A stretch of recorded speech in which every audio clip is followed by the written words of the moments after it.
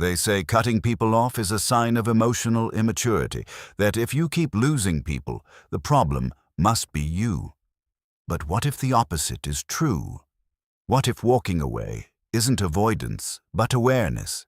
Because some people didn't lose connections, they outgrew patterns. And the moment that shift happens, everything starts to feel different, lighter, quieter, almost unfamiliar. The real question is, why does distance sometimes feel better than connection?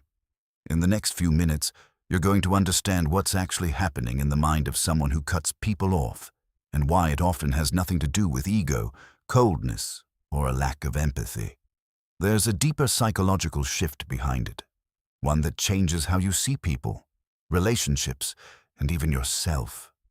And more importantly, you'll see the line most people miss, the difference between healthy detachment and silent self-isolation. Because from the outside, they can look exactly the same, but internally, they come from completely different places. There was a version of you that didn't walk away so easily. You were the one who tried to keep things together, even when it wasn't your responsibility. You explained yourself more than necessary, just to avoid being misunderstood. You checked in, followed up, made sure no one felt ignored. If something felt off, you assumed it was your job to fix it.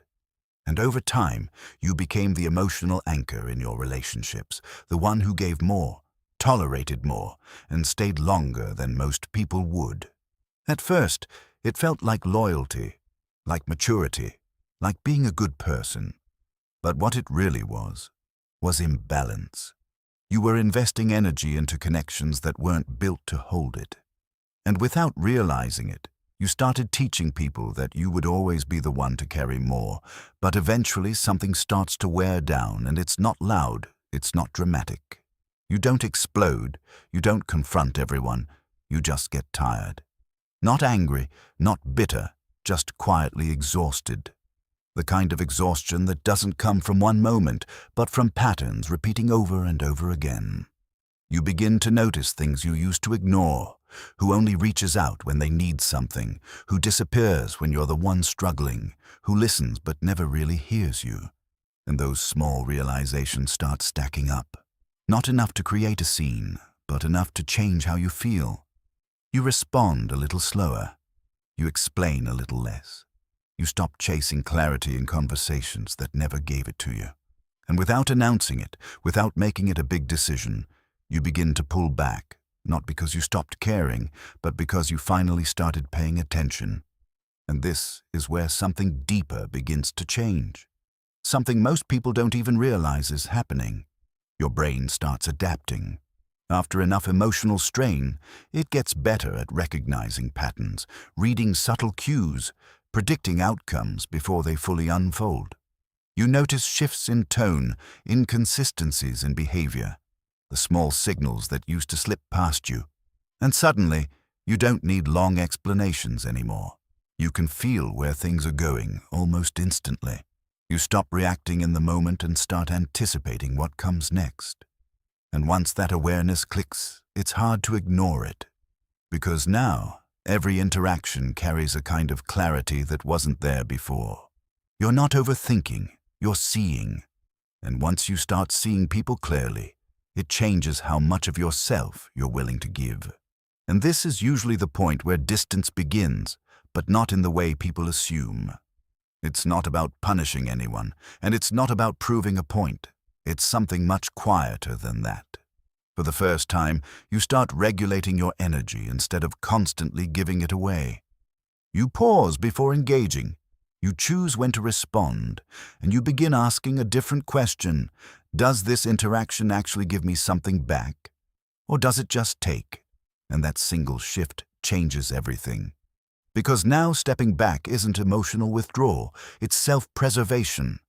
It's like living with constant noise for years, and then suddenly it stops. At first, the silence feels unfamiliar, almost uncomfortable. But then something settles. You think more clearly. You react less impulsively. You feel less crowded inside your own mind. And what once looked like distance from the outside starts to feel like relief from within. But there's a part of this process people don't talk about: And it's where things can quietly go wrong. Because once you experience that kind of peace, it's easy to want more of it, even at the cost of connection. Solitude starts to feel safer than unpredictability, and without realizing it, you begin filtering everything out that might disturb that calm. What started as awareness can slowly turn into avoidance. You stop engaging not because something is wrong, but because you don't want to risk the old patterns returning. And over time, your world gets quieter, smaller, more controlled. The problem is, growth doesn't happen in total isolation. Healing requires connection, but the right kind. And this is where many people get stuck, thinking they've found peace when in reality they've just built a more comfortable version of distance. And this is where the real distinction finally becomes clear. There's a difference between setting boundaries and disappearing completely.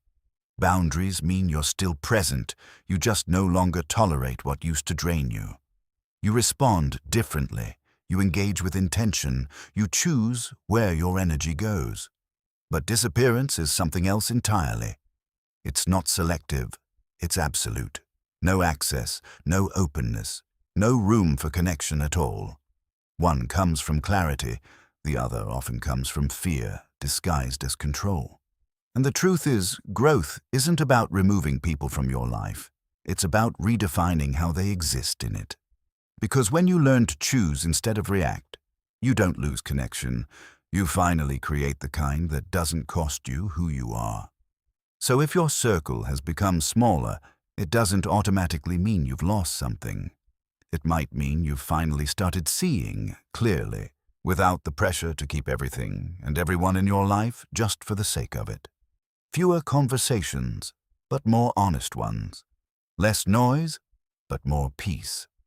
And maybe for the first time, you're no longer trying to be understood by everyone, you're starting to understand yourself on a deeper level. You're no longer explaining your boundaries to people who were never listening, and you're no longer forcing connections that only existed because you kept holding them together. Because this shift was never about becoming distant or cold.